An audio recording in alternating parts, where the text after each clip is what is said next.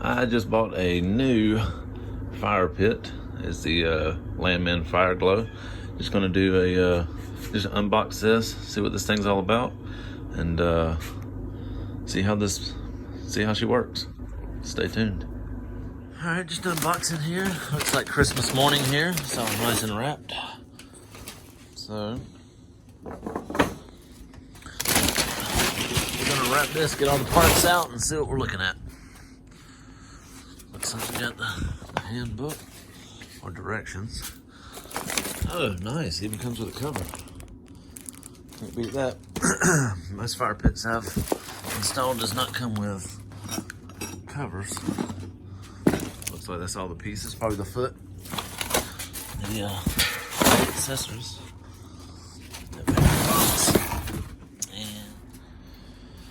And there's the fire bowl itself. Actually, it feels quite sturdy. It's pretty thick. All right, let's get all this stuff out and put it together. All right, inside that box looks like we have probably the fire, and to get the handle. There would be the cover to the. All right, guys, this is everything that comes inside the box. Right here, looks like you have your hardware. You've got the fireball handles, then you got the pins and the brackets down there, the legs, the poker, and you have the spark guard and a cover. And of course, then you've got the fireball itself right there. So we're gonna put this together and then we'll get started. First things first, I put the handle on the top of the spark guard. It's very easy, just unscrew the bottom, put this down in the little holes and screw those little two nuts down here and screw them on. That was the first step. Very easy. Step, guys, is to get a foot, 3 washers, 3 screws, and we're going to take these over to the fire bowl. And you see you have 1, 2, 3, 4. Match the holes up. So like this. And it's gonna go just match those holes up, and you're gonna screw it in from the bottom with a screw and washer from the bottom. And do that times all 4. You have 2 more. Take a washer and a screw. Come up from the bottom. If you can see it, and screw it in right here. If I can get it lined up, it's hard to do it with one hand. Oh, there she goes. Right, there she comes. And that's number 2. And do the last one at the top, and make sure after you're done to tighten it down with a screwdriver.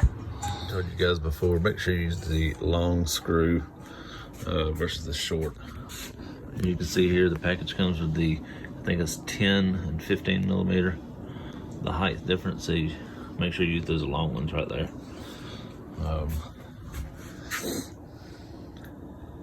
So it comes through. Next, we're going to go ahead and put the fireball handles on. They'll be placed right here, and they will go attach like so. One will go on this side. Another bracket will go on this side, and you will put a screw through the hole to the outside.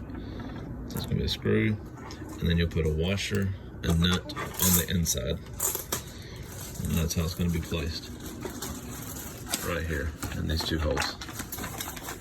We're going to make sure that the hole that you're going to poke through is going to be on the outside. So it's going to be best to go ahead and try to hold, instead of holding one of these first and trying to screw it in, just go ahead and put one in, and then we can slide that in and put the other side on. So let me do that and I'll show you what I'm talking about. So now that we have one side in, couldn't put both of them in because I knew it better fit it, but go ahead and put that one on, slide this, and make sure you're doing the handle correctly. You don't want it to go this way, you want it to flange out. So put that in like that, and now you can easily put the other side on. And I just find that that's a whole lot easier. Hopefully that helps. So you come up flanges out on the outside, so it comes up like that. Pretty nice. It feels sturdy too. It doesn't feel cheap, which I do like about that. Well, it's time to do the last step. We're just gonna put these pins in right there. The pins are gonna hold the spark guard up on the top. It's on the last 3 holes that are sitting up there. And then we'll test this puppy out tonight. I'm going on the inside. It's gonna find that hole right there. It's gonna be kind of the opposite on the screw washer placement. You can actually put a washer on the outside of the screw, going in, you know, from the outside. Here, matter of fact, do this, hold it and do it. So the washer, the screw will go in first, and then we'll put this in here, like, see if I can do this. So, well, anyways, you get the point. That's gonna go on, and then we'll get the screw and go ahead and put the screw on.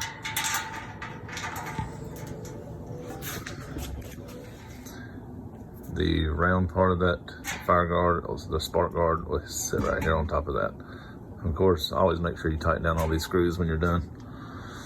Clip in place. We have all 3 of them in place now. 1, 2, and 3 over there.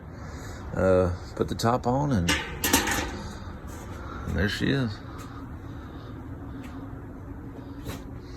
I do like this. I like the, it feels nice and sturdy. Sturdier than some of the other ones I put together in the past. I like the porcelain coating on this one. Plus, it just feels it's heavier. I don't know if it's I don't know what gauge this is, but it's pretty sturdy. But yeah, that's it. And one thing we have to do now really is put the top on it. And just as a tip, in with fire pits, if you put sand in the bottom of the I don't know, just the bottom of this thing, they actually will last longer. That sand does help with, I'm not sure if it's the heat or whatever, but it definitely helps with prolonging the life of a fire pit. Thank you for watching.